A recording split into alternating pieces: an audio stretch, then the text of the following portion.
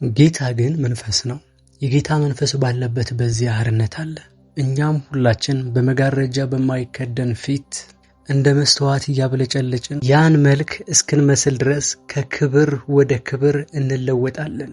ሁለተኛ ቆሮንቶስ ምዕራፍ 3 ከቁጥር 18። ሰላም ውድ የዳዊት ቤት ተከታታዮች፣ ዛሬም እንደተለመደው ለመንፈሳዊ ሕይወታችሁ እድገት ይጠቅማል ብለን የምናስበውን መንፈሳዊውን ሐሳብ ይዘንላችሁ መጥተናል።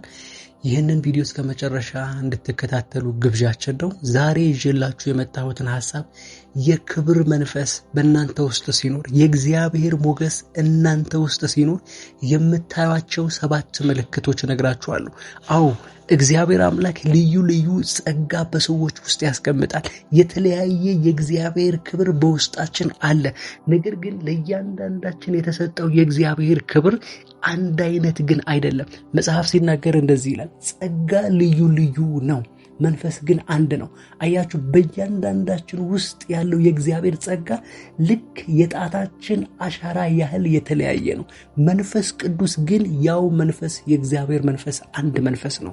ስለዚህ አሁን የምነግራችሁ 7 ምልክቶች እናንተ ውስጥ ካሉ አሊያም ከሰባቱ የተወሰኑት ምልክቶች እናንተ አስተውላችኋቸው ከሆነ የእግዚአብሔር የክብር መንፈስ በእናንተ ውስጥ አለ። ስለዚህ ልትጠቀሙበትና ልታገለግሉበት ሕይወታችሁንም ልታስተካክሉበት ይገባል። የመጀመሪያው ምልክት ከሰዎች ጠይቃችሁ የሆነ ነገር ጠይቃችሁ እምቢ የሚላችሁ ሰው ከሌለ ይህ የክብር መንፈስ በእናንተ ውስጥ አለ። በመጽሐፍ ቅዱስ ታሪክ ውስጥ የምታስታውሱ ከሆነ እስራኤላውያን ከግብጽ በሚወጡበት ጊዜ ለጌቶቻችሁና ለአለቆቻችሁ ወርቆቻችሁን ስጡኝ በሏቸዋል እግዚአብሔር።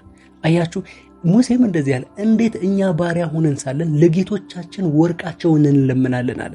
እግዚአብሔርም እንደዚህ መለሰለት፣ እኔ እግዚአብሔር አምላክ ሞገስ ሆናችኋለሁ አለ። አያችሁ፣ አዛት ታይም እግዚአብሔር ሞገስ ስለሆናቸው እግዚአብሔር የክብርን መንፈስ በውስጣቸው ላይ ስለላከ እነዛ ባሪያ የሆኑ እነዛ ጡብን የሚያንከባለሉ እነዛ ድንጋይን የሚፈልጡ እስራኤላውያን ባሪያ በሆኑበት ጊዜ ለጌቶቻቸው ወርቃችሁን ስጡን ሲሏቸው መከልከል አልቻሉም ነበር። ምክንያቱም በነሱ ላይ ያረፈው የክብር ሞገስ፣ ምክንያቱም በነሱ ላይ ያረፈው የሞገስ መንፈስ ማንም ሊቋቋመው አልቻለም ነበር።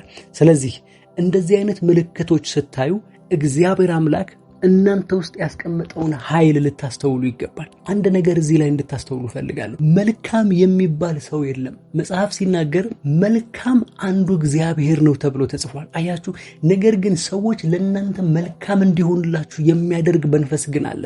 እናንተ ውስጥ ያን መንፈስ ሲሰራ ሰዎች የምትጠይቋቸው ነገር እምቢ አይሏችሁ። ብድር ሊሆን ይችላል፣ ወይም ደግሞ የሆነ ነገር ሊሆን ይችላል። ስትጠይቋቸው እምቢ አይሏችሁም። አያችሁ፣ ይህ መንፈስ ከእናንተ ጋር ሲኖር ሪሌሽን ስትጠይቁ እምቢ አትባሉ። ስራ ለመጀመር ስትጠይቁ እምቢ አትባሉ። ቤት ኪራይ ለመጠየቅ ስትፈልጉ እምቢ አትባሉ። የሆነ ነገር ለመግዛት እናንተ በፈለጋችሁት ዋጋ ስትጠይቁ እምቢ አትባሉ። ይህ የክብር መንፈስ ሲኖራቸው ነው። ሁለተኛው እንደገና ለእናንተ ሲሆን አንዳንድ ነገሮች ቀላል ይሆናሉ። ነገሮች እጅግ ከባድ ናቸው። ነገሮች እጅግ ውስብስብ ነገር ናቸው። ነገር ግን እናንተ ጋር ሲደርስ ነገሩ ቀላል ይሆናል። ለምሳሌ መንገድ እየሄዳችሁ ሊሆን ይችላል። ትራንስፖርት ላይ ወይም ኤርፕሌን ላይ የሆነ ቦታ መንገድ ላይ ልትሆኑ ትችላላችሁ። አዛት ታይም ተመሳሳይ መታወቂያ ይዛችሁ፣ ተመሳሳይ ፓስፖርት ይዛችሁ፣ ተመሳሳይ የሆነ ቪዛ ይዛችሁ አንደኛው ሲከለከል እናንተ ግን ታልፋላችሁ። አንደኛው ሲቀር እናንተ ግን ታልፋላችሁ። አያችሁ፣ እንዴት ነው ይሄ የሚሆነው ብላችሁ ስታስቡ የእግዚአብሔር የሞገስ መንፈስ በእናንተ ውስጥ አለ። የክብር መንፈስ በእናንተ ውስጥ አለ። አሊያም ደግሞ እናንተ የከፈታችሁት ቢዝነስ ለእናንተ ሲሆን ይከናወንላችኋል፣ ለእናንተ ሲሆን ይሳካላችኋል።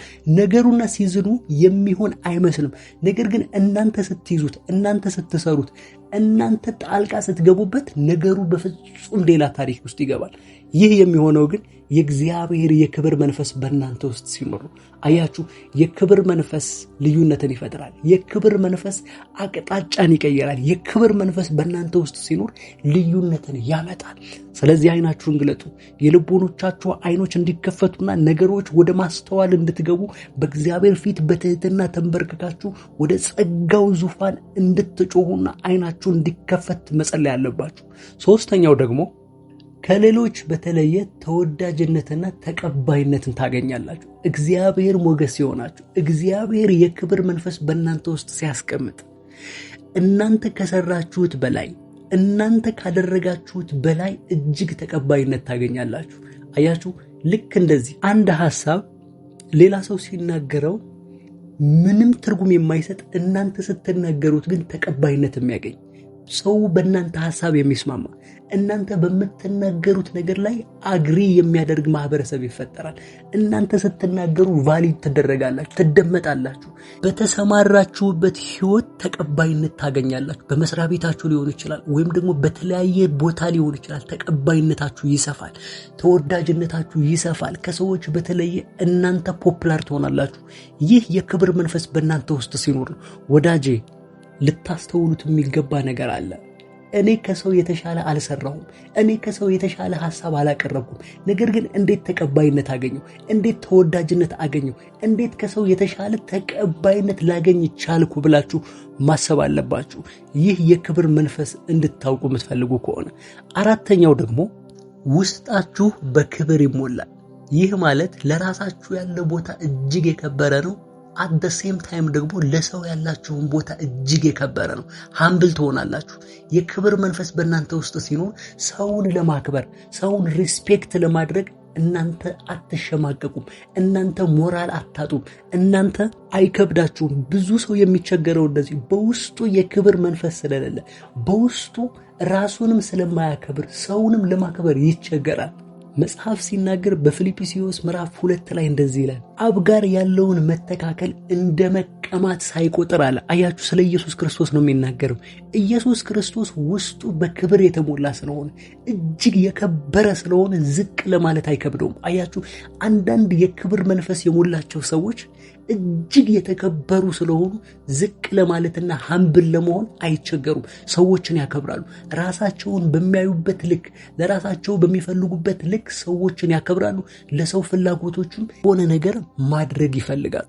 ይህ የሚሆነው የክብር መንፈስ በእናንተ ውስጥ ሲኖር ነው። አያችሁ፣ ህይወታችሁ ያከብራል። የክብር መንፈስ በእናንተ ውስጥ ሲኖር ኤቭሪቲንጋችሁ ያላችሁን ነገር የከበረ ያደርገዋል። መጽሐፍ ሲናገር እንደዚህ ይላል፣ በመንፈስህ ይላል ሰማያትን ውበትን አገኙ። አያችሁ፣ የእግዚአብሔር መንፈስ የክብሩ መንፈስ በእናንተ ውስጥ ሲኖር እያንዳንዱ ነገራችሁ ውበት ይኖረዋል። ህይወታችሁ ውበት ይኖረዋል። ትዳራችሁ ውበት ይኖረዋል። ሪሌሽናችሁ ውበት ይኖረዋል። ስራችሁ ውበት ይኖረዋል። እያንዳንዱ ንግግራችሁ ውበት ይኖረዋል። ይህ የሚያደርገው የክብር መንፈስ በእናንተ ውስጥ ሲኖር ነው። አምስተኛው ደግሞ ትንሽ ነገር ማቀድ አትችሉም። ይህ የከበረ መንፈስ በእናንተ ውስጥ ሲኖር ትንሽ ነገር ማቀድ አትችሉም። ትንሽ ነገር ማለመም አትችሉም። እግዚአብሔር አምላክ በክብሩ ሲሞላችሁ የከበረ ነገር ታቅዳላችሁ። ከእናንተ ህይወት ጋር የማይመጣጠን ነገር ፕላን ታደርጋላችሁ። ከእናንተ ህይወት ውስጥ ምንም ግንኙነት የሌለው ነገር ታቅዳላችሁ። እናንተ ልታደርጉት የማይመስላችሁ፣ እናንተ ልታደርጉት የማትችሉትን ነገር ታቅዳላችሁ። ምክንያቱም ውስጣችሁ ላይ ያለው መንፈስ የከበረ መንፈስ ስለሆነ። እኔ አንዳንድ ሰው በጣም ይገርመኛል። ተራ በሆነ ስፍራ ላይ እስኪ አትገኝ ይላል። ታውቃላችሁ፣ ውስጡ ተራ የሆነ መንፈስ ተሞልቶ፣ ውስጡ የውርደት መንፈስ ተሞልቶ የክብር ስፍራ ላይ ሊገኝ አይችልም። አያችሁ፣ አንዳንድ ሰው ካያችሁ የገንዘብ ችግር የለበትም፣ የልብስም ችግር የለበትም። ነገር ግን ስታዩት ድሃው ከሚኖሩ በታች ይኖራሉ። ልብሳቸው ኬርለስ ናቸው፣ ጫማቸው ኬርለስ ናቸው፣ ንግግራቸው ኬርለስ ናቸው፣ ጨዋታቸውና ቀልዳቸው በጣም ኬርለስ ናቸው። ይህ የሚሆነው በውስጣቸው ላይ ያለው የውርደት መንፈስ እነሱን የሚያሸማቅቅ በሰው እይታ ላይ ዝቅ ብለው እንዲታዩ የሚያደርግ ስፒሪት በእነሱ ውስጥ ሲኖር እንደዚህ አይነት ልምምዶችን ታያላችሁ። የከበረ መንፈስ ሲኖር ግን ምንም ላይኖር ይችላል። ነገር ግን ጥንቅቅ ያልክ ህይወት ይኖርሃል። ኤክሰለንስ ይኖርሃል። ትጋት ይኖርሃል። እንደ ባለጠጋ ፐርፎርም ታደርጋለህ። ምንም ነገር እኮ የለም። ነገር ግን ሻይ ለመጠጣት እንኳን የምትቀመጥበት ስፍራ ማድረግ ትፈልጋለህ። ይህ የክብር መንፈስ በእናንተ ውስጥ አለ። ይህንን ልምምድ ስትለማመዱ፣ ይህንን አሁን የነገርኳችሁ 5፣ 6፣ 7 ነገሮች ካያችሁ፣ ከነዛ ውስጥ ወይም 2 ወይም 3 ካያችሁ እግዚአብሔር አምላክ እናንተ ውስጥ የክብር መንፈስ አስቀምጧል። ልትጠቀሙበት ይገባል። ቅዱሱ የእግዚአብሔር መንፈስ በኔ ውስጥ ማኒፌስት አድርግ፣ በኔ ውስጥ ተገለጥ፣ በኔ ውስጥ ክብርህ ይገለጥ፣ ኃይልህ ይገለጥ እያላችሁ ከለመዳችሁት በላይ እንዲገለጥ መንፈስ ቅዱስን ልትጠይቁ ይገባል።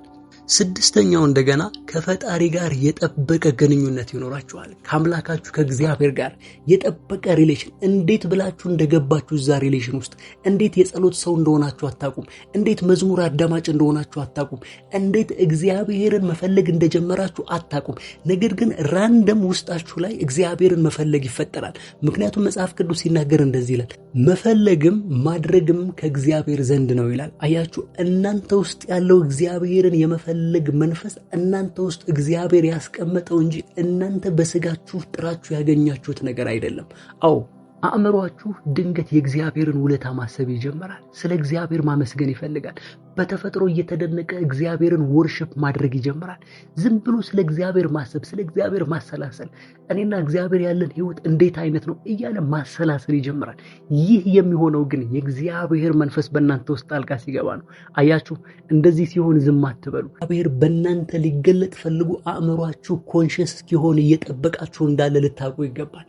አዎ አእምሯችሁ ውስጥ ያለው ኮንሽስነስ፣ አእምሯችሁ ውስጥ ያለውን ብርሃን እስካልተቀበላችሁት ድረስ ምንም ልታደርጉ አትችሉም። ሰባተኛውና የመጨረሻው ደግሞ የሚጠሏችሁ ሰዎች እንኳን ጠልተዋችሁ ዝም ማለት አይችሉም። ስለ እናንተ ያወራሉ፣ መልካሙንም ያወራሉ፣ ክፉውንም ያወራሉ። አያችሁ፣ አንዳንድ ሰው አይታሰብም ሁላ አእምሮ ውስጥ አይገባም፣ ትዝም አይላቸውም አንዳንድ ሰው። እናንተ ላይ ግን ስፔሲፊካሊ ስለ እናንተ የሚያወሩ ስለ እናንተ ወሬ የሚያሰራጩ ምናምን ከሆነ ግን እናንተ ውስጥ አንዳች ነገር አለ። መጽሐፍ ሲናገር እንደዚህ ይላል፣ ኃይልህ ብዙ ሲሆን ጠላቶችህ ዋሹብህ ይላል ዳዊት። አያችሁ፣ ኃይላችሁ እጅግ የከበረ ሲሆን ጠላቶቻችሁ ዝም ማለት አይችሉም። ለነገር በደንብ እንድታውቁ ፈልጋለሁ። እናንተ ውስጥ ያለው ከእናንተ በላይ በጠላቶቻችሁ ውስጥ ያለውን ስፒሪት ሊያውቀው ይችላል።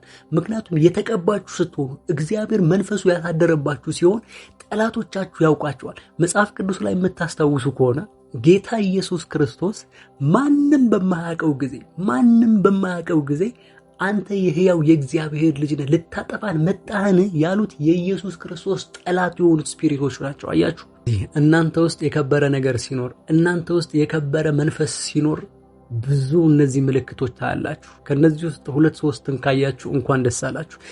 በውስጣችሁ ስለተቀመጠው ቅዱሱ መንፈስ እግዚአብሔርን አክብሩ፣ እግዚአብሔርን አመስግኑ፣ እግዚአብሔርን አገልግሉ። ስለዚህ ህይወታችሁ እንዲስተካከል ቅዱስ መንፈሳችሁ ጋር ተወዳጁ። ቅዱስ መንፈሳችሁ ለመስማት ሞክሩ፣ ለማዳመጥ ሞክሩ፣ ለመታዘዝ ሞክሩ። ሃምብል ሁኑ። እሱ እንዲሰራ እሱ እንዲያከናውን ፍቀዱ። የዛሬው ሐሳቤ ይህ ነበረ። እስከ መጨረሻው ከኔ ጋር ስለነበራችሁ አመሰግናለሁ። ይህ ቪዲዮ ከጠቀማችሁ ላይክ፣ ሼር ማድረግ እንዳትረሱ። ለዚህ ቻናል አዲስ ከሆናችሁ ግን ይህንን ቻናል ሰብስክራይብ እያደረጋችሁ ቤተሰብ እንድትሆኑ በፍቅር ጋብዛችኋለሁ። በሚቀጥለው ቪዲዮ እስክንገናኝ ድረስ የእግዚአብሔር ሰላም ከእናንተ ጋር ይሁን። ሰላም።